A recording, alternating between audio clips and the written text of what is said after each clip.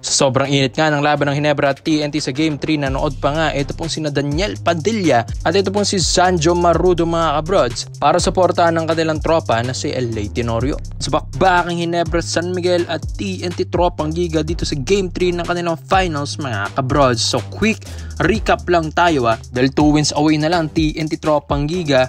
We're going to win the championship na mga kabrods. So quick recap, first quarter dito medyo dikit-dikit pa tayo dito mga kabrods. Lalong-lalo na yung energy neto po ni RHJ talagang walang kapantay. So after ng first quarter 20-19 ang score mga kabrods. Dito na tayo sa second quarter. Dito medyo umiinit-init na rin ito pong si Maverick Amisi. Pati na rin sa TNT yung JP Era. Tumulong na din dyan sina Jason Castro mga kabrods. And si JB syempre consistent pa rin sa Ginebra. Kaya after ng first half, ang ating score sa second quarter 42-39 mga kabrods. Lamang ng 3 ang Barangay Ginebra San Miguel. Dito na tayo papasok sa second half. Sa third quarter mga kabrods, dito nakakaramdam na rin tayo ng tulong ng locals ni Brownlee na ito pong nina Japet Aguilar and Stephen Holt. Sama mo na sina Scotty and ito pong si General LA Tenorio. Sa TNT rin naman, di rin nagpapahuli yung Oftana and Cabontin. Kaya after ng third quarter, dikit talagang laban mga kabrods. 62-59 talagang ayaw magpatalo ng Ginebra. Ayaw nilang ma-0-3. Kaya dito na tayo sa fourth quarter mga brods. Consistent hanggang fourth quarter ang Barangay Ginebra San Miguel. May ilan-ilang kamuntik-muntika na silang mahabol ng TNT pero talagang may sagot palagi ang Barangay Ginebra San Miguel once na nakaka-score yung Ronde Hollis Jefferson ng TNT tropang giga. Kaya mga kabrods hanggang fourth quarter consistent ang Jeans, kaya ito nakuha nila ang kanilang unang panalo ngayong finals series mga kabrods. Kaya ang ating score 85-73. Congrats sa Ginebra dahil akala natin masi-sweep na, and ito pa Ronde Hollis Jefferson mga kabrods. Kahit talo na ang TNT sa mga last minute ng ball game, talagang di pa rin nababago yung energy sa laro. Kaya believe din tayo kay Ronde Hollis Jefferson kahit binubu nga siya ng Barangay Ginebra fans. So sa game 4 mamaya mga kabrods, magkakalaman kung matatay na ba ng Ginebra ang series na ito na 2-2 or makakapanalo ulit ang TNT na 3-1 ang magiging score, tapos 1 win away na lang sila na ang tatanghaling kampyon ngayong Governors Cup 2024. Paano nanalo ang Ginebra? Dahil nalimitahan nila sa 24 points lang. Ito pong si Ronde Hollis Jefferson, tapos si Eram naman 12 points lang, Castro 10 points, Pugoy 10 points, Oftana 9 points. Sa Ginebra naman JB 18 points. Alam natin nagkakaedad si JB. Palaging issue niya yung cramps. Kaya tumulong si Maverick Amisi na may 16 points. Carry na consistent din, 15 points. Japet Aguilar 10 points. Holt 10 points. General LA Tenorio 9 points mga kabrods. Maganda ang play ng Ginebra. Maganda ang ngiti ni na Boss Al Francis Chuan na coach Tim Cone. Kaya iba ang confidence level nila mga kabrods ngayong game 4 today mga kabrods against TNT. Tropang giga pero grabe rin ang puri ni na coach Tim Cone and Justin Brownlee kay RHJ na dapat nasa NBA daw ito dahil kakaibang import siya. Pahabol na rin natin yung best player of the conference mga kabrods. Sa tingin nyo, sino kaila Robert Bolick, CJ Perez, Japet Aguilar, Scotty Thompson, Junior Fardo, and Arvin Tolentino ang tatanghaling best player of the conference ngayong Governors Cup? Sa best import of the conference naman, sa tingin nyo, sino kaila Justin Brownlee, EJ Anosike, Aaron Fuller, and Ronde Hollis Jefferson ang tatanghaling best import of the conference natin mga kabrods? Kaya boto nyo lang mga kabrods at babasahin natin yan. Kaya sa tingin nyo mga brods, ngayong Game 4 ng Barangay Ginebra versus TNT Tropang Giga, sino ang dihado at sino ang yamado? Sa tingin nyo mga brods, may tatabla na ba ito ng Barangay Ginebra San Miguel or makakaisa ulit ang TNT Tropang Giga? Kaya komenta mo lang po mo dyan mga brods at isay natin yan.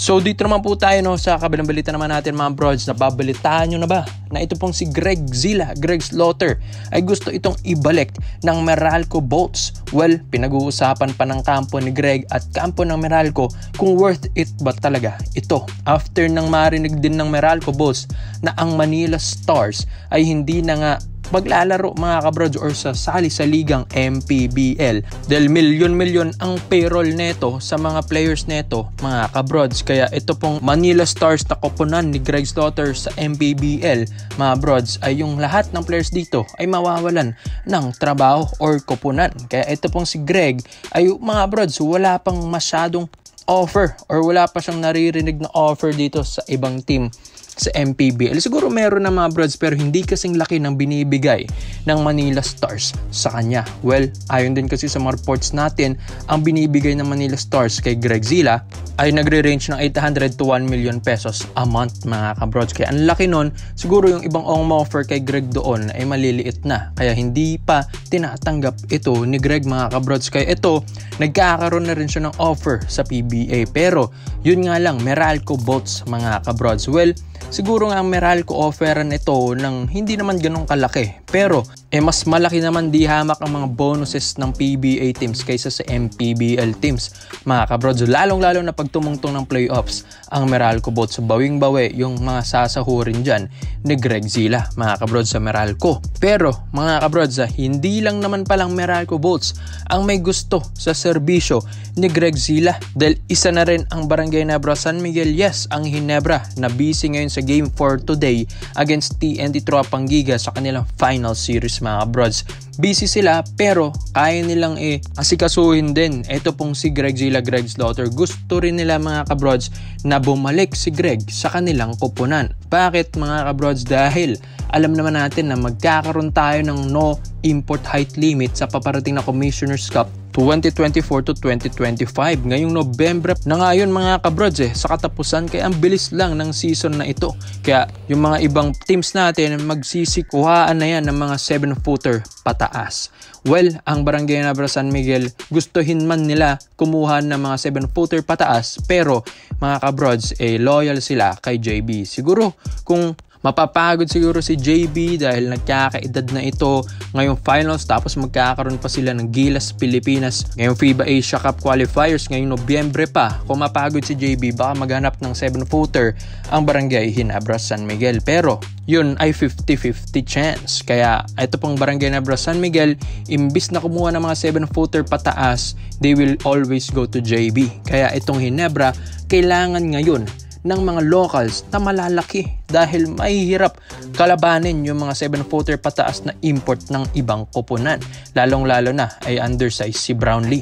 Kaya itong si Greg Zila, Greg Slaughter mga kabrods ang gustong ibalik ng Barangay Hinebra San Miguel dahil di hamak naman na legit 7-footer ito pong si Greg Zila. And well, kung di man nila maasahan nito sa opensa mga brods, dahil alam naman natin ang dami ng offensive threats ng Barangay Hinebra San Miguel, siguro ibibigay na nila yan sa mga offensive player nila. Pero kay Greg Zila, sa defensive plays mga brods, malaking tulong yung Greg Zila sa depensa mga brods. Yung 7-footer ay ibang-iba na rin yan, lalong-lalo na pag tinaasan ka ng kamay ng 7-footer ay maiilang at maiilang ka talaga. At isa pa dito, yung kampyonato na naibigay ni Greg Zila sa Hinebra marami na rin yan mga kabrods. Kaya yung chemistry hindi na maninibago si Greg at yung sistema ni Coach Tim at matagal na niya itong nakasama mga kabrods ay malaking bagay iyon. Kaya mga brods, agawa ng Meralco at Hinebra dito sa tingin nyo, saan bagay si Greg Slaughter, sa Meralco or sa Barangay Hinebra San Miguel? Kaya komento mo lang opinion mo dito mga brods at isa natin yan.